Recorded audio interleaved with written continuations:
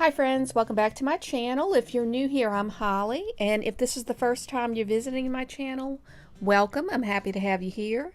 Today I'm sharing with you a very quick and easy recipe, and it is a layered enchilada beef casserole, and it is so quick and easy to make. And I'll leave the link down below so you can get all the ingredients.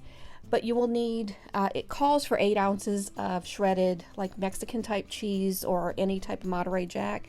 If you know me, I use more than what's called for in the recipe. But you need some chopped green chilies, some chopped olives, and that's like about a 4-ounce can. And I also have some sliced olives, and that's optional. 8-ounce can of tomato sauce, a half a cup of water, and for the seasoning it called for a teaspoon of salt, but I'm using about a fourth. I don't use a lot of salt in my recipes. A fourth of a teaspoon of black pepper, a tablespoon of chili powder, and a teaspoon of cumin. And you will also need half a cup of chopped onions, 6 flour tortillas, and I like the carb balance. You can use any type that you like.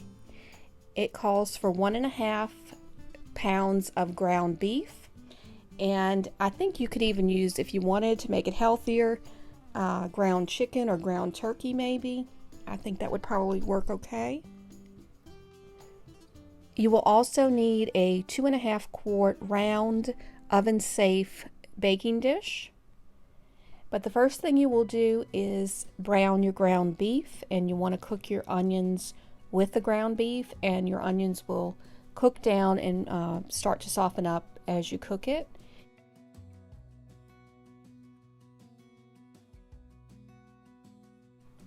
Now as you cook the ground beef, you want to chop it up just a bit. You want to have it kind of like you would for a taco. So just mince that really well. And once you could see all that, I did not use lean ground beef, so I did drain off that fat. So make sure you do that if you're not using a leaner ground beef. And then I just take and put that seasoning over the meat. And once I've added it all to that, then just stir it really well. Then the next thing you will add is the green chilies.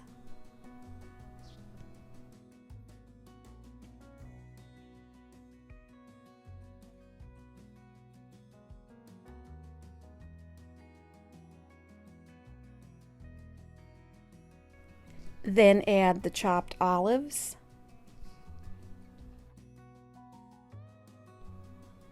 And then stir this again to combine it all. And you want to just make sure that's evenly distributed throughout the meat. Now once you have that done, add the tomato sauce. And once you have everything stirred in, you want to bring this back to a boil or a simmer, and then turn this off, and then you will begin to layer your casserole dish. So you start with the flour tortilla, put that on the bottom, and then you will add the meat first.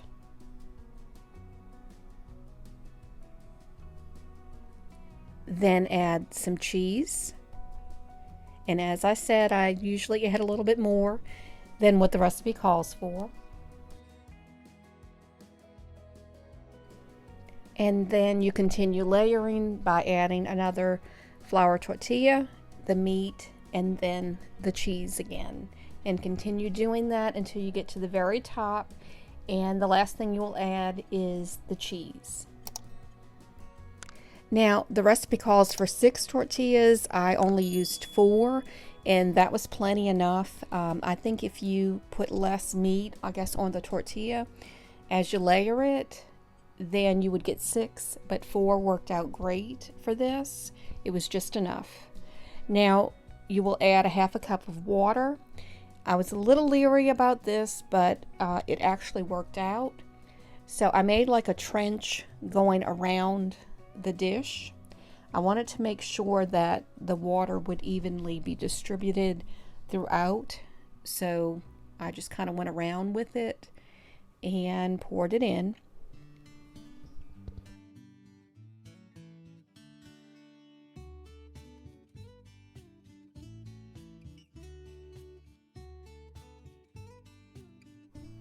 Now I put the sliced olives on top, and that's optional. You don't have to if you don't want to, but we like black olives, so I went ahead and did that.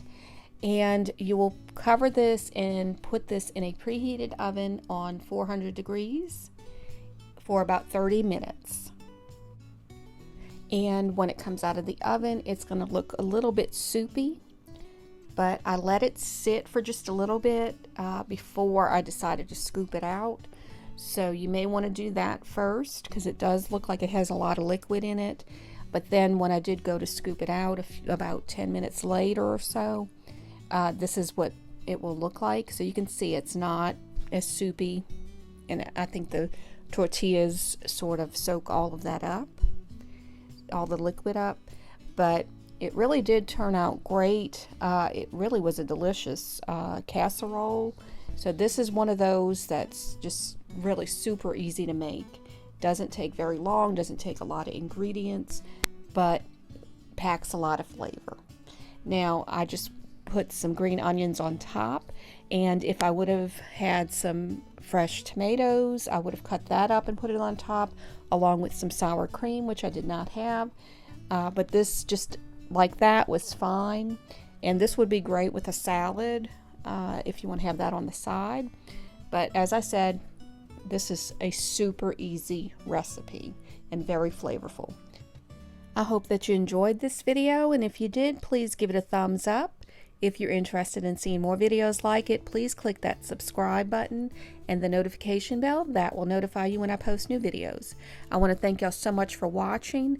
I absolutely appreciate each and every one of you. God bless y'all, and have a great week.